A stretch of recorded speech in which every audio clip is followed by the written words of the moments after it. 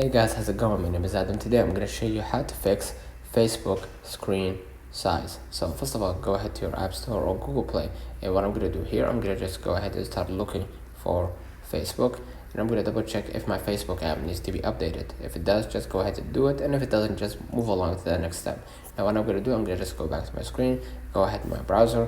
Now if I wanted to change the size in Facebook, turn magnify on, go to your your phone's visual accessibility settings and tap magnification gesture, but you can change it within the app, or you can change it outside the app by going to your settings on your phone and then scroll a little bit down, and then until you find your screen display in brightness, and here you're gonna see the text size, and you could just change it to whatever size that you actually prefer.